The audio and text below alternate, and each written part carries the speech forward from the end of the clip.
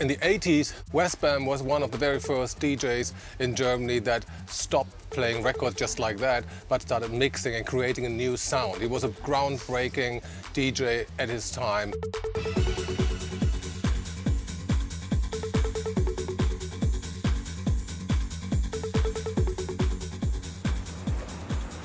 This is one of these places where it all started. The Metropole was the first place where people would come and just dance to a beat the whole night. And I became the DJ here, and it kind of made me. Before the wall came down in '89 and the years before, there's a very little but very energetic techno scene already here.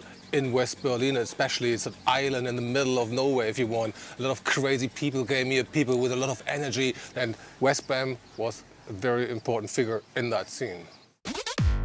Techno came into my life in kindergarten. I was like 6 years old. There was a guy, a student, he had built himself a little synthesizer. There was only one sound, like a tennis ball going cluck, cluck, cluck, cluck, cluck, cluck, cluck, cluck, cluck, cluck, cluck, cluck. But that was my first techno sound. While I was standing in front of the club UFO in '89, early in the year, and Motte, the DJ who actually invented the Love Red, asked me, he wants to do a little demonstration for house and techno music. Something like that.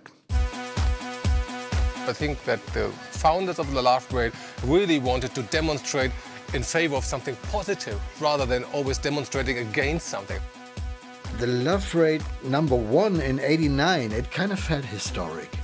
Would I have said there will be a million people 10 years later? No. Then, half a year later, the Berlin Wall came down. I went to the wall. We jumped on the Brandenburg Gate on the wall before that. Whew, that was one of the best party I've ever been to. You know, it never got that good again. For East Berliners, techno meant more than for the West Berliners. People believed new things are about to happen, and that techno music, that didn't sound like the old songs. That sounded like the future. For them, it was the soundtrack of liberation. And I think the whole techno fame of Berlin today is an echo of that.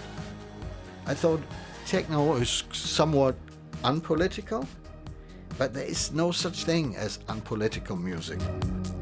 What we want to dance to, the way we gather, is so much about what we feel like, and it's by nature a political statement.